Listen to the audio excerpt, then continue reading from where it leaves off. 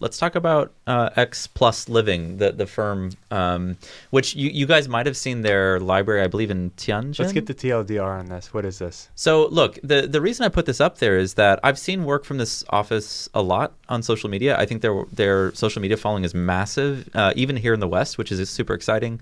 It's a Chinese architecture practice that just does pretty interesting work. And one of the reasons I just want to show it is that I feel like we've talked before about the difficulty of young designers, especially in the West, especially here where we are, having a hard time getting their work out there and getting commissions. And I just think this is a really interesting success story of a practice that's a little bit younger and promoted their work, and their work is constantly going viral. Like you guys will all know, if you look down the list there's the Tianjin library.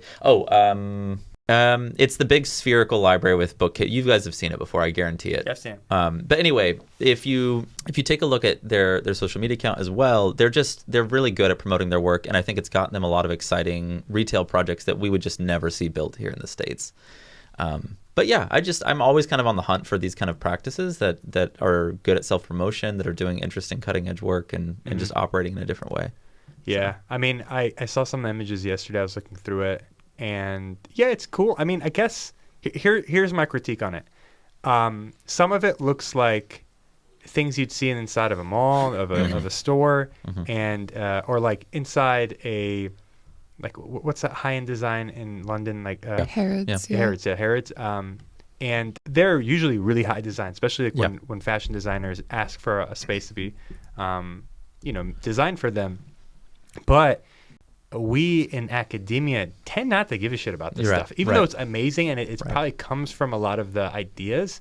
I wonder why that is. I think it's that cross between branding and marketing has too much influence on the kind of design of it, or because it's overlaid with branding, we find it to be less valuable. And I think the lesson here is that there is this kind of higher esoteric group of people that say it needs to be purely architecture. And it goes back to the statement I always say, people don't give a shit about that. I'm sure a lot of people love these spaces because they're cool. That's why I'm bringing this up, though, because I think this practice has found a way to really resonate through its imagery, its marketing in a way that's very popular. And I agree with you. It's good design, you know? Yeah, absolutely. We find it as cheap design. Right. I think most people say this is cheap, it's hollow. I mean, maybe because a lot of it is interior as well, and there's like this kind of perception that we don't like interiors. It's not real design because it's filling in an empty room. But when Olme does product collaborations, which we've talked about a lot on the podcast and our other content, I think that's a little different, right? We see REM as being this conceptual, heavyweight that kind of understands how to plug into all these different industries and corporations and the market.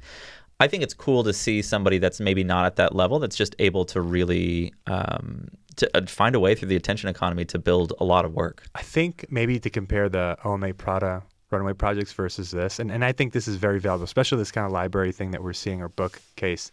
I think the difference might be, well, one, there's a perception that Rem is going to come in with this kind of ideology. He's been pushing this project. Again, we talked about it with Barry the other day. The difference between project and just a product that you produce, I think, especially in the academia world, I'm like outside of it, maybe people don't think about it the same way, but people might see this and say, this isn't a project. You're just bending over to a corporate demands or like a brand demand, which isn't the case. That's not the case. Looking through the images, I mean, I think they're pretty cool. They're like otherworldly. A lot of them feel like I'm in 2001.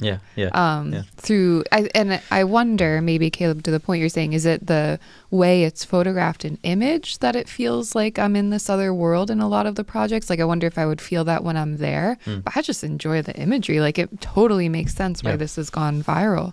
Like, the one. But like this is very stupid. But some stores, like if you walk into like a pop up, that's really awesome. And actually, I thought about like Ali Rahim. I was gonna say it feels very Ali Rahim Cap-esque. And so I see that and I'm like, okay, that definitely has value. But then, there's a different style that starts to get applied, and I think it's the fact that they can just switch up their aesthetic agenda bothers people, because it's like, oh, you don't actually have a project of the design to Pop Mart. That's awesome. Isn't that cool? Yeah, and it's so like people. Okay, so if you see a space that's designed for Pop Mart, you're going to think that this is just Pop Mart architecture and not in this person's architecture and design. Which, I mean, there's definitely influence, but I definitely like this stuff. I'm definitely for it.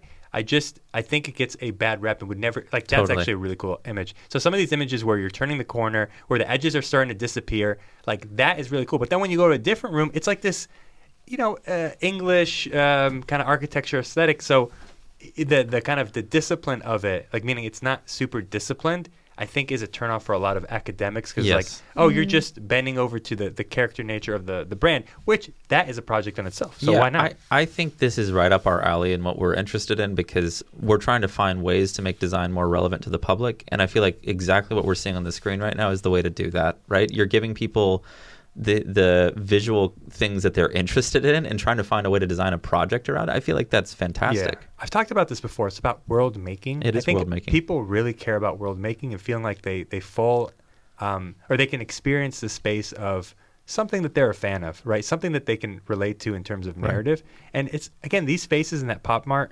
project, there are so many great examples of disciplinary ideas of how a horizontal surface meets the vertical surface, loss of edges, where eye follows. I mean, the use of contour lines and the color banding is really, really good. And it's very impressive. What overpowers that is the fact that it's a Pop Mart, Labubus, blah, blah, blah, blah. So it's funny how we always get Labubus in our conversation. How does this happen? How does this even work? There is one sitting behind us that has been sitting behind us. So